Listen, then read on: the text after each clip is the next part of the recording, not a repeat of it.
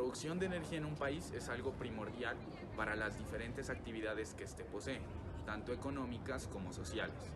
Por lo anterior, un ahorro energético implicaría contribuir en gran medida a suplir la demanda excesiva que existe de este tipo de energía. Al ser ingenieros y enfocarnos en el sector industrial, hemos llegado a la conclusión de que gran parte de los gastos que conlleva una empresa pueden serle atribuidos al gasto energético necesario para un funcionamiento óptimo de sus equipos. Por ende, un buen análisis energético implicaría un gran ahorro en el capital de la empresa.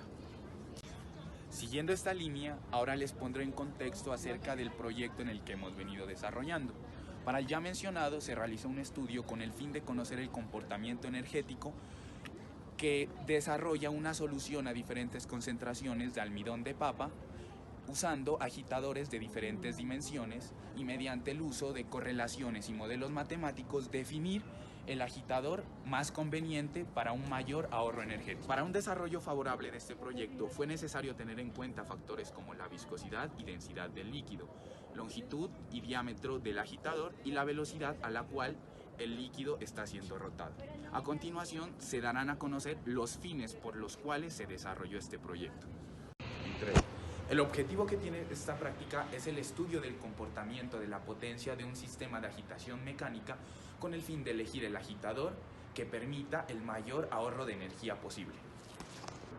Los objetivos específicos de esta práctica son los siguientes.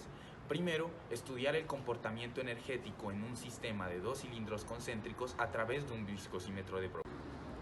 2. Desarrollar una correlación matemática a escala reducida del número de potencia en función del número de Reynolds. 3. Determinar el tipo de agitador con el cual se requiere el menor consumo de energía para alcanzar un flujo de 100 Reynolds. 4. Comparar las mediciones empíricas con las obtenidas por los modelos hidrodinámicos. En esta práctica utilizamos almidón de papa, agua, un beaker de 50 mililitros, un viscosímetro de Brookfield y un agitador mecánico. En la práctica, a cada grupo se le asignó un tamaño de aguja y una concentración de almidón de papa con el fin de hacer una solución acuosa en 50 mililitros de agua. Después, esta solución fue calentada y agitada hasta llegar a un cambio de textura y de color. Después, esta se retiró del calor y se enfrió hasta 40 grados centígrados y después se llevó al viscosímetro para realizar las mediciones requeridas.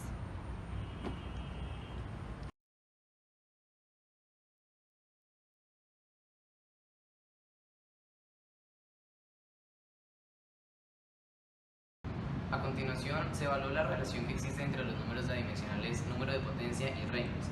Estos números dependen de variables como la viscosidad, la densidad, el diámetro de la aguja, la velocidad angular y la potencia. A su vez, la potencia depende del torque y de la velocidad angular. Los datos arrojados por el viscosímetro Brookfield son de porcentaje de torque, por lo tanto requerimos de la siguiente fórmula para convertirlo a torque. Como se puede observar, para calcular el torque en cada medición es necesario usar el porcentaje de torque que arroja el viscosímetro.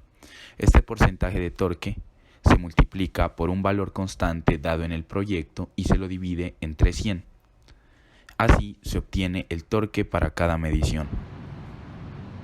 Una vez con el valor del torque y la velocidad angular, podemos calcular los números de potencia y el Reynolds para cada réplica de cada concentración y aguja experimentalmente tomadas. Una vez hecho eso, podemos promediar las combinaciones iguales como réplicas del experimento y graficar la correlación entre Reynolds y número de potencia. Las gráficas se muestran a continuación.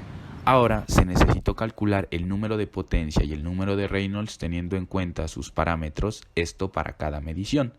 Después de realizar lo mencionado, se prosiguió a graficar el número de potencia en función del número de Reynolds.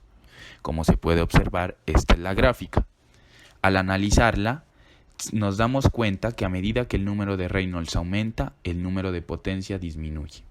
Después de realizar una regresión lineal para cada una de estas curvas, se observó que la que mejor se ajusta es una regresión potencial.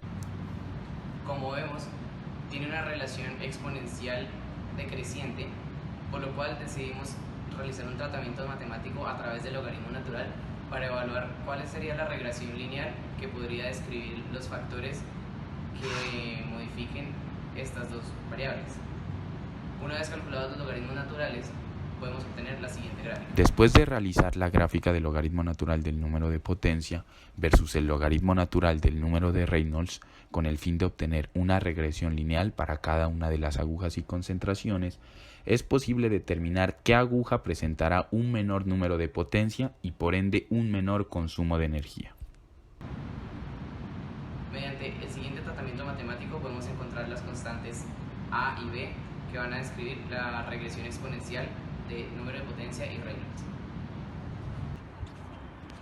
La siguiente parte de este proceso fue calcular los valores teóricos para el esfuerzo, la tasa de cizalla y el torque, con el fin de prepararlos con los datos arrojados por el viscosímetro. El proceso es el siguiente. Para el cálculo del esfuerzo Rθ, mediante el conocimiento de la ley de Newton, se puede reemplazar la viscosidad aparente, de modo que obtenemos una expresión para el esfuerzo cortante en fluidos no newtonianos, en donde los valores K y N pueden ser calculados mediante la relación que existe entre el logaritmo del esfuerzo experimental y el logaritmo de la tasa de cizalla.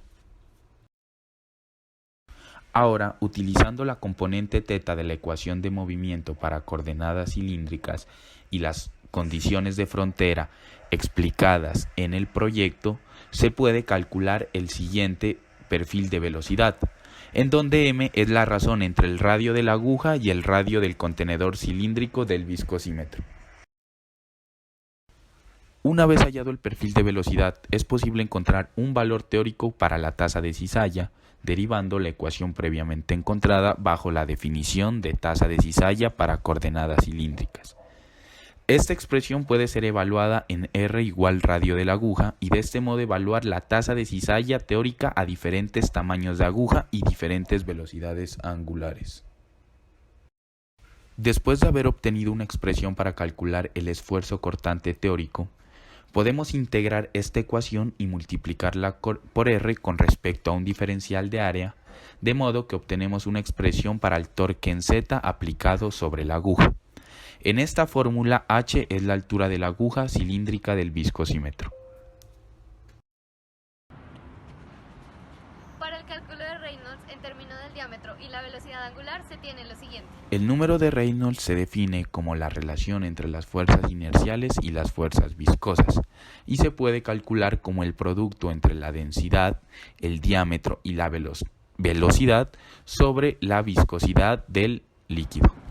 El problema radica en expresar la viscosidad aparente en los términos que se requieren.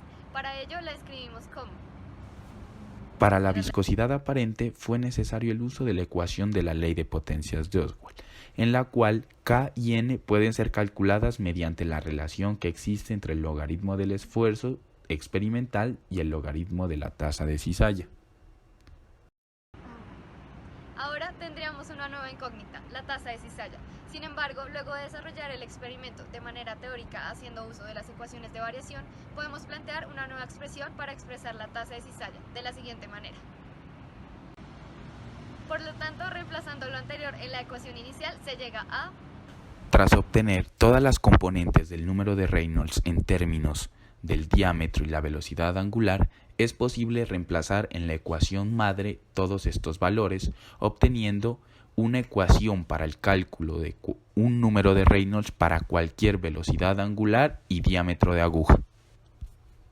Para encontrar n y k se realizó mediante la relación lineal existente entre el logaritmo del esfuerzo y el logaritmo de la tasa de cizalla, de manera que la pendiente de la regresión sería el valor de n, mientras que el intercepto sería el valor de k, como se puede observar en esta gráfica. Así pues, el valor encontrado para n y k fue de 0,5388 y de 2,7321 respectivamente.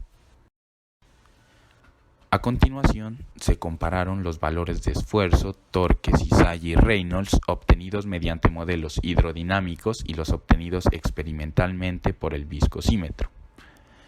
A partir de las gráficas que se muestran en pantalla, se puede afirmar que el método teórico se ajustó bastante bien a los datos obtenidos experimentalmente.